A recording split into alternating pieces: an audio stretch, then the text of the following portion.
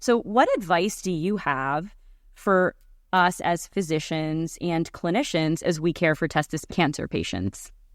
I think what my urologist, if he's listening, shout out Dr. Larsh, what he did exceptionally well was make it seem kind of normal that anyone that's coming to him has had this problem or a similar problem or sometimes an even worse problem.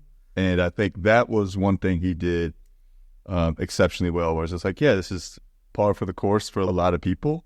I think a lot of it is just like shame a little bit. And that might just be also from like the physical sense, like, oh, I got to show another grown person that is not in my love life, my dick and balls. And it's just like, but once you get over that, like from a physician's perspective, I think like just without being patronizing, like that's also, as a guy, I might be an exception, but I think like most guys are like, they become defensive in a scenario where their masculinity is under threat. So I just knew what it was. I was like, yeah, okay, I just have to accept this. This is what it's going to be. But I think as long as you can not patronize, you'll be fine. And also, there was also like other steps in the process. I talked about it in the special, but like when they prep you for surgery, like they shave you, but it's not supposed to happen when you're awake. It happened to me when I was awake, and I was just like, what the fuck is going on? It just don't seem right at all.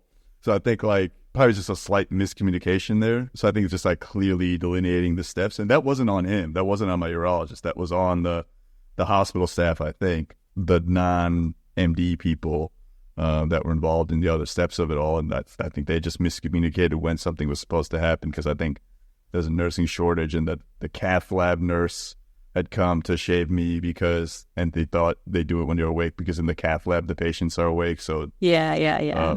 But beyond that, I think just like the maintaining like the almost normalcy of it all was key for me.